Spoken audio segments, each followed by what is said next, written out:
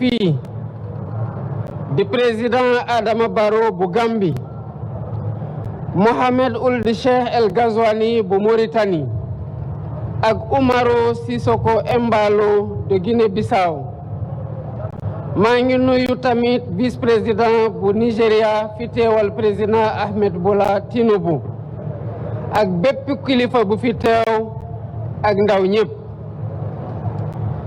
tey bés bu mbégte la gannaaw ñu fàttaliku suñu indépendance fii nii ci yoon bu yanj bii ma tuddee bés niki tey boulevard président Mamadou Dia mu di sargal bu ñu ko jagleel ngir taxawaay bu mu amoon ci réew mi ci ba ñuy wut indépendance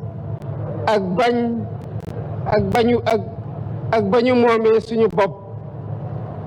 mu nekkoon njiit bu njëkk ci élimaanu jëwriñ yi fii ci sunum réew. teewe nañu fi défilé bu am solo bu rafet.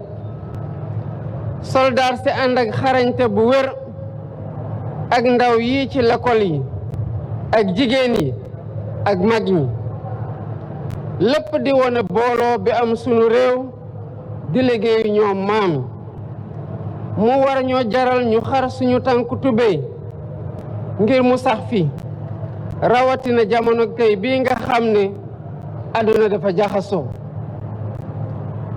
ngir gën a defaraat suñu toogaay mën a jëflanteeg ak samba boy ak aar suñu réew jàmbaar yi ñu takku ndaw ñi gën a organisé wu nguur gi taxaw temm jox leen motuwaay ñu soxla ngir mën a def seen liggéey nu mu ware. am na ci jumtuwaay yu yees yoo xam ne dinañu ko gën a yokk ngir kaaraange réew mi.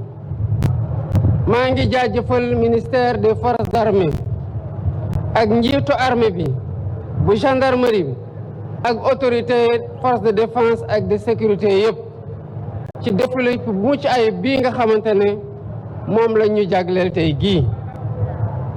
maa ngi gërëm ñëpp di sant ñëpp di leen wax déwénati incha allah.